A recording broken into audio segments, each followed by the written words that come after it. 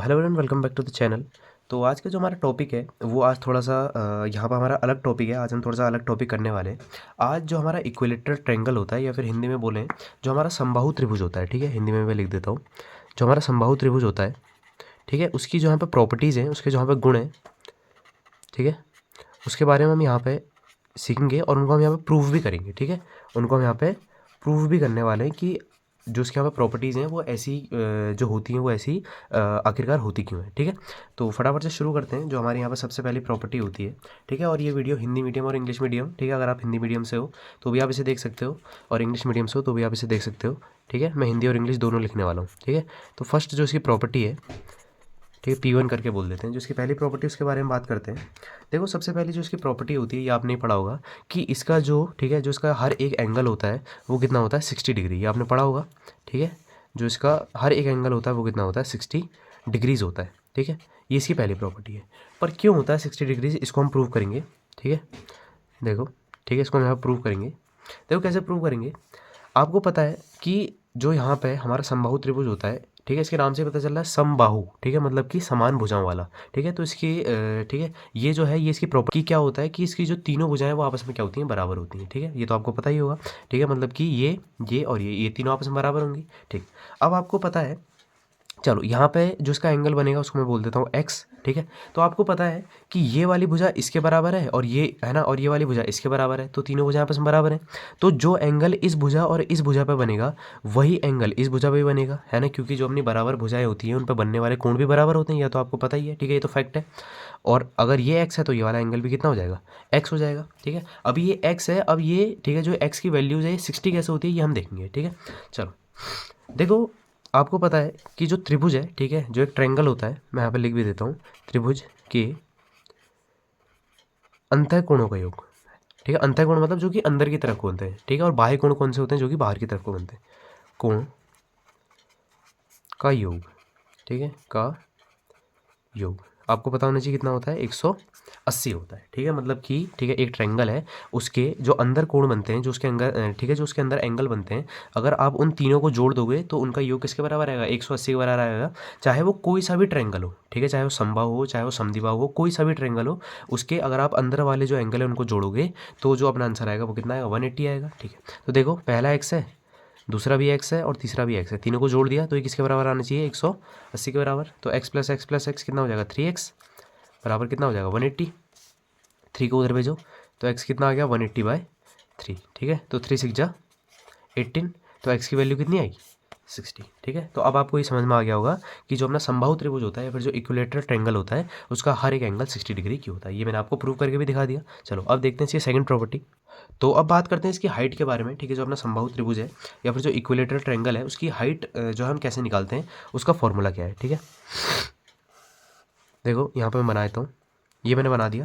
देखो हाइट क्या होती है, ठीक है, कोई एक ट्रायंगल है उसकी हाइट क्या होती है, ये चीज़ उसकी हाइट होती है। ठीक है, यहाँ से, ठीक है, आधार से लेकर के एक सीधी लाइन जो कि उसके जो, ठीक है, जो उसका शीर्ष है वहाँ तक जा रही है, ये इसकी हाइट होती है, ये आपको पता है। ठीक है, अब देखो समबाहु त्रिभुज है तो इसकी जो ये वाली भुजा है इसको मैं ए मान लेता हूँ। ठीक है, इसको भी मैं कितना मान लेता हूँ, ए मान लेता हूँ, और इसको भी कितना मान लेता हूँ, ए, है ना, क्योंकि जो अपना समबाहु त्रिभुज है तीनों जो भुजाएं वापस में क्या होने वाली है, यहाँ पे जो बराबर होने वाली है। ठीक है, अब देखो ध्यान से समझना, यहाँ से यहाँ पे एक लंब खींचा गया है तो ये वाला एंगल भी कितना हो जाएगा, 90, और ये वाला एंगल भी कितना हो जाएगा, 90, और बिल्कुल शीर्ष से आ रहा है तो वो, है ना, जो अपनी ये वाली जो, ठीक है, जो इसका आधार है, जो इसकी ये वाली भुजा है, इसको क्या करेगा, बराबर दो हिस्सों में बांट देगा। ठीक है, तो अगर ये यहाँ से लेकर यहाँ तक जो इसकी पूरी वैल्यू है वो ए है, तो यहाँ से लेकर के जहाँ पे इसने क्या किया है, जहाँ पे इसने लंब बनाया है वहाँ से, है ना, वहाँ से यहाँ तक की जो है लेंथ वो कितनी हो जाएगी, a/2।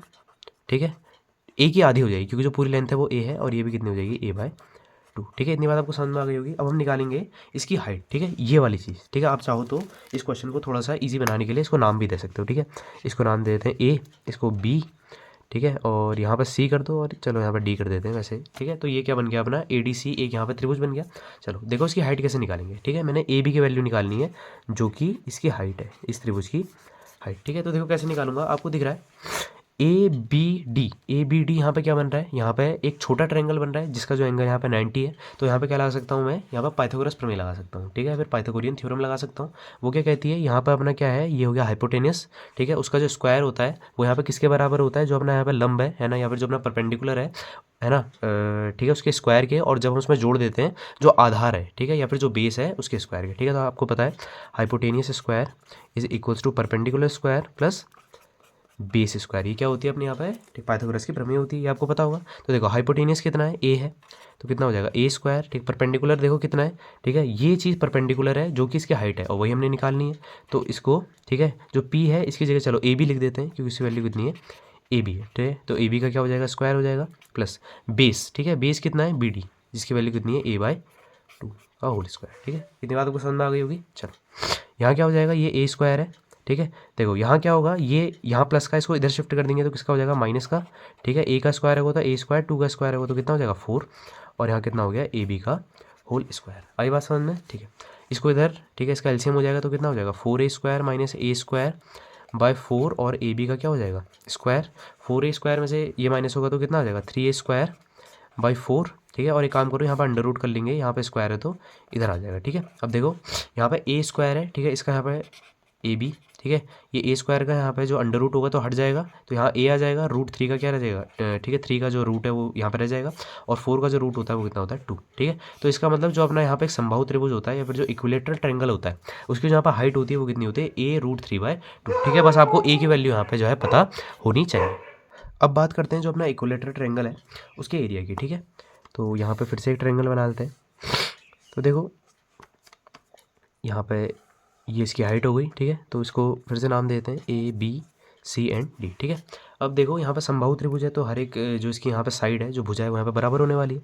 तो ये भी A, ये भी A, ठीक है, और ये भी कितनी हो जाएगी A, ठीक है। तीनों भुजाएं आपस में क्या हो जाने वाली है, बराबर, ठीक।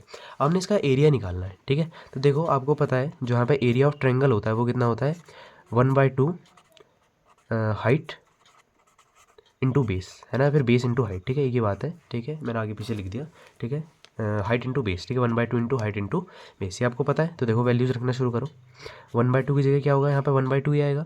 अब देखो हाइट, जो हाइट है वो मैंने अभी आपको यहाँ पे निकाल करके दिखाई, कितनी होती है हाइट, a√3/2, तो इसकी वैल्यू यहाँ रखेंगे a√3/2, ठीक है। और बेस कितना है, बेस है वो कितना a, तो कितना आ गया ए, इतनी बात आपको समझ में आई। तो जो इसका यहाँ पे एरिया हो जाएगा वो कितना हो जाएगा, देखो यहाँ पे ये ठीक है, ए की मल्टीप्लाई ए से होगी तो कितना बन जाएगा ए स्क्वायर, और यहाँ पे कितना हो जाएगा √3, और 2 की मल्टीप्लाई 2 से तो कितना बन जाएगा 4। इसको आप बोल सकते हो या तो सेंटीमीटर स्क्वायर, ठीक है ना। वो यहाँ पे डिपेंड करता है कि जो आपको साइड है जो यहाँ पे ठीक है, जो यहाँ पे भुजा है उसकी यूनिट क्या है। अगर सेंटीमीटर होगा तो कितना हो जाएगा सेंटीमीटर स्क्वायर, और अगर मीटर में दिया होगा तो क्या हो जाएगा मीटर स्क्वायर। ये हो गया आपके इक्विलेटरल ट्रायंगल का एरिया, ठीक है। तो अभी तक जितने भी प्रॉपर्टीज़ हमने यहाँ पे समबाहु त्रिभुज के बारे में सीखी हैं या फिर इक्विलेटरल ट्रायंगल के बारे में सीखी हैं, उसी पे ही बेस्ड एक बहुत बेहतरीन यहाँ पे क्वेश्चन मैं आपके लेकर के आया हूँ, ठीक है। और इससे क्या होगा, ठीक है, इसको सॉल्व करने के बाद जितने भी आपके यहाँ पे डाउट हो सारे के सारे यहाँ पे क्लियर हो जाने वाले हैं। बहुत बेहतरीन क्वेश्चन है, ठीक है। तो सबसे पहले जो अपना क्वेश्चन है इसको पढ़ लेते हैं। तो कहता है find the length P Q of equilateral triangle A P Q which is packed inside a circle of radius 10 centimetre, ठीक है। तो सवाल यहाँ पे कहने का चाह रहा है, मैं आपको समझाता हूँ। यहाँ पे हमारे पास एक सर्कल है, यहाँ पे हमारे पास एक वृत्त है जिसकी जो त्रिज्या है वो यहाँ पे 10 सेंटीमीटर है। इसके अंदर पैक किया हुआ है एक इक्विलेटरल ट्रायंगल, ठीक है, जिसके बारे में अभी हमने पढ़ा, जिसकी प्रॉपर्टीज़ पढ़ी, ठीक है। यहाँ पे एक समबाहु त्रिभुज इसके अंदर पैक किया हुआ है, ठीक है। और हमने क्या करना है, हमने उसकी लेंथ पी क्यू, ठीक है, लेंथ पी क्यू मतलब जो इसकी ये वाली भुजा है, ये जो इसकी यहाँ पे पी क्यू भुजा है, इसकी लंबाई हमने यहाँ पे निकालनी है। ये आपका सवाल है, ठीक है। क्वेश्चन आपको समझ में आ गया होगा। चलो तो देखो यहाँ पर हम क्या करेंगे, इस क्वेश्चन को सॉल्व करने के लिए हमको यहाँ पे कुछ, ठीक है, हिंदी में बोलेंगे, चलो पहले इंग्लिश में लिख देता हूँ। हमको यहाँ पे कुछ कंस्ट्रक्शन करनी पड़ेगी, ठीक है, कंस्ट्रक्शन, ठीक है। जो हमको यहाँ पे चित्र दिया हुआ है इसी में हमको कुछ चेंजिंग करके इसको सॉल्व करना पड़ेगा, ठीक है। हिंदी में क्या बोलते हैं, रचना, ठीक है। देखो क्या करेंगे, ध्यान से देखना, मैं क्या कर रहा हूँ, ठीक है, जो इसका यहाँ पे ठीक है, जो सेंटर पॉइंट है इस वृत्त का उसको ओ बोल देते हैं, ठीक है। तो मैं क्या कर रहा हूँ, ए से लेकर के यहाँ पे एक लंब डाल रहा हूँ इस पी क्यू पे, ठीक है, जो कि नीचे तक यहाँ पे जाएगा, ठीक है। तो मैं क्या कर रहा हूँ, ऐसे खींच दे रहा हूँ, ठीक है, डैश्ड लाइन, ठीक है। ये डैश्ड लाइन ये दिखा रही है कि हमने ये खुद से की है रचना, ठीक है, इस क्वेश्चन को सॉल्व करने के लिए ये मैंने खींच दिया, ठीक है। आ रही बात समझ में। और क्या करूँगा, जो ये ओ पॉइंट है, ठीक है, जो ये ओ पॉइंट है इसको मैं पी से मिला दूंगा, ठीक है। इसके लिए चलो अलग जो स्केच है उसको यूज़ कर लेते हैं। इसको मैं क्या, ठीक है, जो ओ है इसको मैंने क्या किया, यहाँ पे पी से मिला दिया, ठीक है। जो ये अपनी यहाँ पे कंस्ट्रक्शन है इसको करके बहुत ईजिली क्वेश्चन अपने यहाँ पे सॉल्व हो जाएगा। देखो ए से, ठीक है, ए से यहाँ पे एक पॉइंट कटा है तो इसको हम कुछ नाम देते हैं, इसको हम नाम दे सकते हैं, ठीक है, एन नाम देते हैं यहाँ पे जो पॉइंट कटा है, ठीक। इतनी बात आपको समझ में आ गई होगी। चलो अब देखो यहाँ से आया है बिल्कुल, ठीक है, जो उसका शीर्ष है वहाँ से आया है और यहाँ पे इसने काटा है, ठीक है। तो इसका मतलब क्या हो जाएगा, इसने इसको क्या होगा, दो, ठीक है, जो अपने यहाँ पे जो ठीक है, जो ये पी क्यू था इसको दो बराबर हिस्सों में इसने काटा होगा। इसका मतलब मैं लिख सकता हूँ जो पी एन है वो यहाँ पे एन क्यू के बराबर होगा, ठीक है। ये चीज़ मैं आपको यहाँ पे साइड में समझा देता हूँ, ठीक है।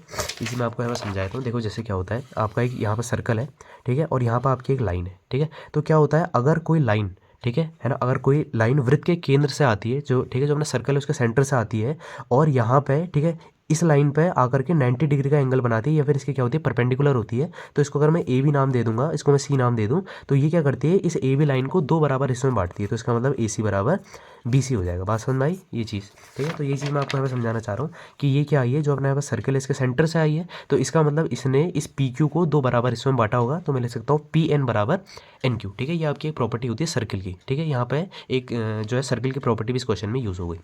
तो क्या हो जाएगा, पी एन बराबर एन क्यू, ठीक है। मैं यहाँ पर लिख भी देता हूँ, बाय प्रॉपर्टी ऑफ सर्कल, ठीक है, बाय प्रॉपर्टी ऑफ सर्कल, ठीक है। यहाँ पे जो है एक यहाँ पे सर्कल की प्रॉपर्टी यूज़ हो गई, ठीक है। आपने पढ़ा भी होगा शायद, इतना आपको समझ में आ गया होगा, ठीक। अब जो मैंने यहाँ पे कंस्ट्रक्शन किया है इसका यूज़ क्या है यहाँ पे, अभी आपको समझ में आएगा। देखो उसने बोला है अपने यहाँ पे इक्विलेटरल ट्रायंगल है ए पी क्यू, दिख रहा है आपको, ए पी क्यू, ठीक है। तो इक्विलेटरल ट्रायंगल की जो तीनों भुजाएं आपस में बराबर होती है, तो मैं क्या करता हूँ, इसको भी 2a ले लेता हूँ, इसको भी 2a ले लेता हूँ और इसको भी क्या लेता हूँ 2a, क्योंकि तीनों भुजाएं आपस में बराबर होंगी, ऑब्वियस सी बात है, ठीक है ना। अभी देखो जो हमने यहाँ पे पहले क्वेश्चन किए थे उनमें हमने ए लिया था, यहाँ पे हमने 2a लिया है। ऐसा हमने क्यों किया है, ताकि जो अपनी यहाँ पे, ठीक है, जो इसकी यहाँ पे कैलकुलेशन है वो थोड़ी सी इजी बन जाए, ठीक है, इसलिए हमने किया, ठीक है ना। क्योंकि a/2 को सॉल्व करना थोड़ा सा यहाँ पे है ना, फिर यहाँ पे जो टफ हो जाएगा, इसलिए मैंने 2a लिया। तो जो इनका आधा आधा हिस्सा है फिर वो कितना हो जाएगा, a हो जाएगा। और हमको पता है कि जो पी क्यू है उसका जो पी एन है वो आधा हिस्सा है और एन क्यू भी क्या है, आधा हिस्सा, और दोनों आपस में बराबर भी हैं। तो अगर यहाँ से यहाँ तक की दूरी 2a है तो यहाँ से यहाँ तक की दूरी क्या हो जाएगी, इसकी आधी, मतलब 2a/2, तो वो कितना बन जाएगा ए, ठीक है। यहाँ से यहाँ तक की दूरी कितनी हो जाएगी ए, सेम चीज़ ये, ठीक है, क्योंकि पी एन बराबर एन क्यू है। ये चीज़ मैंने आपको यहाँ पे समझा दी, इतनी बात आपको समझ में आई। चलो अब देखो आप क्या करेंगे, सबसे पहले मैं क्या कर रहा हूँ, आपको यहाँ पे दिख रहा होगा जो एंगल है वो बन रहा है यहाँ पे 90 डिग्री का। तो मैं क्या कर रहा हूँ, ए एन पी जो ट्रायंगल है, A N P in triangle A N P, ठीक है, इसे मैं ले रहा हूँ ए एन पी। यहाँ पर भी क्या यूज़ करेंगे, पाइथागोरस थ्योरम। क्या होता है, हाइपोटेनियस का square is equals to perpendicular square plus base square, ठीक है, ये चीज़ अपना होता है। चलो यहाँ पे भी ये चीज़ जो है यूज़ करेंगे। देखो क्या है, हाइपोटेनियस ए पी है, ए पी, ठीक है। तो सीधे चलो वैल्यू रख देता हूँ, ए पी की वैल्यू कितनी है 2a, तो कितना हो जाएगा 2a का होल स्क्वायर, ठीक है, पी स्क्वायर, ठीक है, पी है परपेंडिकुलर, ठीक है, इसकी वैल्यू देखो क्या है, ए एन है, ठीक है। और जो ए एन है उसकी वैल्यू हमको यहाँ पे पता नहीं है, तो ए एन की जगह क्या लिख देते हैं, अभी ए एन ही लिख देते हैं, ठीक, प्लस बी स्क्वायर, ठीक है, बेस क्या है, ठीक है, जो ये देखो पूरा पी क्यू जो बेस है वो तो कितना है 2a, पर यहाँ से यहाँ तक का जो बेस है वो कितना है a, तो कितना हो जाएगा ए स्क्वायर, ठीक है। इतनी बात आपको समझ में आ गई होगी। चलो अब देखो आप क्या करते हैं, ये कितना हो जाएगा 4a स्क्वायर, इसको इधर शिफ्ट कर देंगे, कितना हो जाएगा ये, और ये हो जाएगा ए एन का होल स्क्वायर, ठीक है, ये बन जाएगा 3a स्क्वायर। तो ए एन की जो वैल्यू है वो कितनी आ जाएगी 3a स्क्वायर, ठीक है, √3a स्क्वायर, ठीक है। जो a स्क्वायर है उसके ऊपर जो है स्क्वायर है तो उससे रूट जो है कैंसिल आउट हो जाएगा, तो कितना आ जाएगा, जो ए एन की वैल्यू आएगी वो कितनी आएगी a√3, ठीक है। ध्यान से देखते रहो, बहुत बेहतरीन क्वेश्चन है, सारे कॉन्सेप्ट आपके क्लियर यहाँ पर कर देगा, ठीक है। तो जो ए एन की वैल्यू है वो कितनी आ गई a√3 आ गई, ठीक है। इसका मतलब क्या है, देखो ए एन दिख रहा है आपको, ए एन, ठीक है, तो मैं लिख देता हूँ a√3, मतलब कि यहाँ से यहाँ तक की जो वैल्यू है वो कितनी है a√3। अब देखो ध्यान से देखना, आपको पता है कि जो अपना यहाँ पे, ठीक है, जो सर्कल है उसकी जो यहाँ पे रेडियस है वो कितनी दी हुई है 10 सेंटीमीटर। तो ये अपना क्या है, सेंटर पॉइंट, ठीक है, सेंटर से है ना, केंद्र से जो है परिधि तक की दूरी को हम क्या बोलते हैं, त्रिज्या तो बोलते हैं, है ना, वही तो रेडियस होती है। ये अपना यहाँ पे सेंटर है, यहाँ से लेके यहाँ तक की जो यहाँ पे डिस्टेंस है वो कितनी हो जाएगी 10 सेंटीमीटर, क्योंकि हमको दिया हुआ है जो अपना सर्कल है उसका जो यहाँ पे रेडियस है वो कितना 10 सेंटीमीटर। और ये भी यहाँ, ये भी कितना हो जाएगा 10 सेंटीमीटर, ठीक है, ये चीज़ आपको समझ में आ रही होगी। तो इसका मतलब ये जो है, जो अपना ए ओ है, जो अपना ए ओ है वो कितना हो गया 10 सेंटीमीटर, और ए एन की वैल्यू कितनी है a√3, ये हमने यहाँ पे पाइथागोरस प्रमेय का यूज़ करके निकाल लिया, ठीक है। अब देखो चलो यहाँ पे साइड में कर देता हूँ मैं, ठीक है, ताकि जो अपना यहाँ पे डायग्राम है वो भी सामने रहे। अच्छा अब देखो ध्यान से देखना, ए ओ की वैल्यू कितनी हो गई 10 सेंटीमीटर।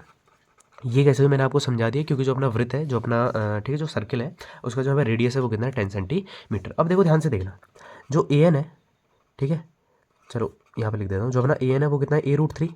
अब मैं यहाँ से वैल्यू निकालने जा रहा हूँ ओ एन की, आपको दिख रहा है ओ एन की यहाँ से लेकर के यहाँ तक की जो दूरी है, ये वाली डिस्टेंस, इसको मैं निकालने जा रहा हूँ, ओ एन को निकालने जा रहा हूँ। तो देखो ओ एन जो हो जाएगा, ओ एन क्या हो जाएगा, ये पूरा ए एन है। अगर मैं पूरे ए एन में से ए ओ माइनस कर दूँ, ठीक है, ये देखो यहाँ से यहाँ तक पूरा ए एन है, यहाँ से यहाँ तक पूरा ए एन है, मेरे को वैल्यू चाहिए ओ एन की, ठीक है। मैं अगर ए एन में से ए ओ माइनस कर दूँ तो मेरे को क्या मिल जाएगा, ओ एन। तो मैं लिख सकता हूँ जो ओ एन की वैल्यू है वो यहाँ पे ए एन माइनस ए ओ के बराबर।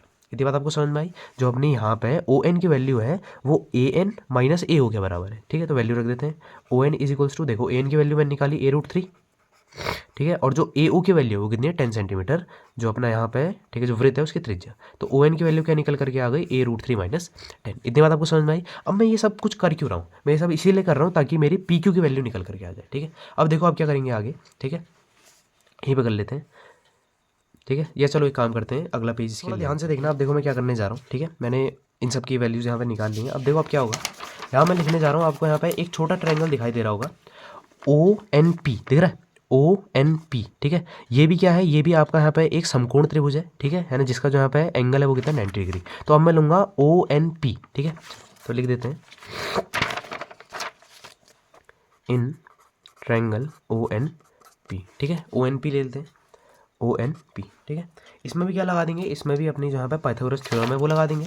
तो क्या हो जाएगा यहाँ पे, ठीक है, हाइपोटेन्यूस का स्क्वायर जो है यहाँ पे बराबर हो जाएगा इन दोनों के सम के, किसके, यहाँ पे परपेंडिकुलर और बेस के, ठीक है। तो मैं लिख देता हूँ यहाँ पे हाइपोटेन्यूस का square is equals to perpendicular square plus base square हो जाएगा। देखो क्या है हाइपोटेन्यूस यहाँ पे, ओ पी हाइपोटेन्यूस है, तो लिख देते हैं ओ पी का स्क्वायर इज इक्वल्स टू, ठीक है, परपेंडिकुलर क्या है ओ एन परपेंडिकुलर है, तो कितना हो जाएगा ओ एन का स्क्वायर प्लस बेस क्या है, बेस है एन पी या फिर पी एन, कुछ भी बोल सकते हो, ठीक है, एन पी बोल देते हैं। तो एन पी का क्या हो जाएगा स्क्वायर। बात समझ में आई। ये इन सब की वैल्यूज रखना शुरू करते हैं। देखो ओ पी की वैल्यू कितनी है, ओ पी है यहाँ पर रेडियस ऑफ सर्कल जो कि है 10 सेंटीमीटर, तो कितना आ गया 10 का स्क्वायर, ठीक है। अच्छा is equals to O N की वैल्यू देखो क्या है, ओ एन की वैल्यू हमने यहाँ पे, ठीक है, बहुत मेहनत से सब कुछ सॉल्व करके निकाली है, A√3 माइनस 10, तो यहाँ पर रख देते हैं A√3 माइनस 10 का होल स्क्वायर, ठीक है, प्लस एन पी क्या है देखो एन पी, ये वाली डिस्टेंस मेरे को पता नहीं है, तो एन पी की जगह एन पी रहने देते हैं, एन पी का स्क्वायर, ठीक है। अब देखो यहाँ पे अगर मैंने 2a की जगह a लिया होता, ठीक है, ये चीज़ मैं आपको समझा रहा हूँ कि मैंने यहाँ पे 2a क्यों लिया, जो अपनी, ठीक है, जो सारी की सारी भुजाएं उनको मैंने 2a क्यों लिया a की जगह, वो इसलिए लिया क्योंकि अगर यहाँ पे A√2 होता ना तो फिर हमको यहाँ पे, ठीक है, जो उसकी कैलकुलेशन है उसको करने में थोड़ी सी ज़्यादा दिक्कत होती, ज़्यादा मेहनत लगती, इसलिए मैंने क्या किया, जो इसकी यहाँ पर प्रत्येक भुजा थी उसको मैंने 2a ले लिया ताकि बाद में आसानी हो, ठीक। चलो अब देखो यहाँ पे जो एन पी की वैल्यू है इसको मैं सॉल्व करके निकालूंगा, और आपको पता है जो पी क्यू है वो हमने निकालना है, और जो आपका पी क्यू है वो एन पी का दुगना है, तो एन पी निकल जाएगा, उसकी मल्टीप्लाई जो है 2 से कर देंगे तो पी क्यू की वैल्यू निकल जाएगी, और इस क्वेश्चन में हमने वही निकालना है, ठीक है। तो ये कितना बन जाएगा 100, ये कितना बन जाएगा, देखो यहाँ लग जाएगा a माइनस बी का होल स्क्वायर, ठीक है। तो आपको पता है a माइनस बी का होल स्क्वायर क्या होता है, a स्क्वायर, तो A√3 का whole square plus B square 10 का स्क्वायर माइनस 2ab, तो कितना हो जाएगा 2 इंटू a कौन है A√3 और b कौन है 10, ठीक है, प्लस कितना हो जाएगा एन पी का स्क्वायर। सॉल्व करेंगे इसे, ठीक है, यहाँ पे देखो ये 100 है और ये 10 का स्क्वायर है, तो यहाँ पे ऐसे कैंसिल आउट हो जाएंगे, ठीक है। तो यहाँ बन जाएगा 0, तो ऐसे लिख देते हैं इसको, a का स्क्वायर होगा कितना आ जाएगा a स्क्वायर, √3 का स्क्वायर होगा तो कितना बन जाएगा 3 बन जाएगा, ठीक है। यहाँ क्या हो जाएगा देखो माइनस, ठीक है, 2 की मल्टीप्लाई यहाँ पे जो है 10 से हो जाएगी, तो कितना बन जाएगा 20, √3 और साथ में मल्टीप्लाई में कौन है a है, तो ये आ जाएगा, ठीक। और यहाँ पे क्या आ जाएगा plus N P square is equals to कितना हो जाएगा 0, मिस्टेक हुई है, ठीक है, देख लेना। देखो जो एन पी है ना, देखो ध्यान से देखो, जो एन पी है, ठीक है, देखो पी क्यू की वैल्यू कितनी थी 2a के बराबर, ठीक है, जो पी क्यू की यहाँ पे वैल्यू थी वो यहाँ पे किसके बराबर थी 2a के बराबर, पी से क्यू तक की वैल्यू किसके बराबर थी 2a के बराबर, और उसका आधा क्या है एन पी, तो एन पी की वैल्यू कितनी थी a, ठीक है। मैंने अभी यहाँ पे बोल दिया था कि एन पी की वैल्यू हमको पता नहीं है, पर एन पी की वैल्यू हमको पता है जो कि a है, ठीक है। अगर मेरे को a की वैल्यू मिल जाएगी तो मैं पी क्यू निकाल सकता हूँ 2 से मल्टीप्लाई करके, क्योंकि जो पी क्यू की वैल्यू है वो 2a के बराबर है, ठीक है। चलो तो यहाँ पे एक छोटी सी मिस्टेक हो गई, तो यहाँ रख देते हैं 3a स्क्वायर माइनस 20√3a, और यहाँ पे कितना आ जाएगा एन, जो एन पी की वैल्यू वो a है तो a का क्या हो जाएगा स्क्वायर इज इक्वल्स टू 0, ठीक है। 3a square plus a square कितना हो जाएगा 4a square minus 20√3 a is equals to 0, यहाँ भी a है यहाँ भी a है, दोनों से a कॉमन निकाल देंगे, यहाँ बच जाएगा 4a, यहाँ रह जाएगा 20√3 इज इक्वल्स टू 0। आ रही बात समझ में, ये a को, ठीक है, इधर भेजेंगे तो 0/a हो जाएगा, और किसी भी संख्या का जो भागा है वो 0 से देते हैं तो 0 हो जाता है, तो यहाँ अपना आ जाएगा 4a minus 20√3 is equals to 0, यहाँ माइनस का उधर भेजो प्लस का, 4a बराबर 20√3, ठीक है, ये कट जाएगा 5, तो जो a की वैल्यू आ गई वो आ गई 5√3 सेंटीमीटर। ठीक है, अब देखो, अब ध्यान से देखना, क्वेश्चन अपना लगभग सॉल्व हो गया। ये अपनी एनपी की वैल्यू आ गई, कितनी आई है 5√3, 5√3। अब जो अपना क्वेश्चन था उसमें हमने वैल्यू किसकी निकालनी थी, पीक्यू की वैल्यू निकालनी थी। आपको पता है जो पीक्यू है, जो अपना पीक्यू है, मैं यहाँ पे लिख देता हूँ, जो अपना पीक्यू है उसकी वैल्यू किसके बराबर है, 2a के बराबर, जो कि समद्विबाहु त्रिभुज की एक भुजा है। ठीक है, उसकी वैल्यू मैंने यहाँ पे निकालनी थी। अच्छा, और मेरे को इसके आधे की वैल्यू पता है, ए की वैल्यू पता है। ठीक है, जो एनपी है, ये जो एनपी है वही क्या है, ए के बराबर है। और आपको पता है जो पीक्यू है वो यहाँ पे दुगना है किसका, एनपी का, या फिर बोल सकते हो दुगना है किसका, ए का। यहाँ पे एनपी की वैल्यू रख दो। ठीक है, तो कितना हो जाएगा, 2 गुणा ए कितना है 5√3। ठीक है, तो यहाँ पे लिख देते हैं ऊपर, जो अपनी पी क्यू की वैल्यू निकल के आई वो आई 2 गुणा 5√3, या फिर बोल सकते हो पी क्यू की जो वैल्यू आ गई वो कितनी आ गई, 10√3 सेंटीमीटर। इसका मतलब कि जो आपका यहाँ पे पी क्यू की जो हमने यहाँ पे वैल्यू निकालनी थी वो कितनी आ गई, 10√3 सेंटीमीटर। ये आपका यहाँ पे क्वेश्चन था और इसको हमने यहाँ पे सॉल्व करना, तो इसको हमने यहाँ पे सिंपली सॉल्व कर दिया। ठीक है, तो आई होप आपको आज की वीडियो से कुछ भी आप यहाँ पे सीख करके गए होंगे। अगर आप इस वीडियो से कुछ भी सीख करके जाते हैं तो आप जो वीडियो को लाइक ज़रूर से कर सकते हैं, और चाहे तो चैनल को भी सब्सक्राइब कर सकते हैं। Thanks for watching.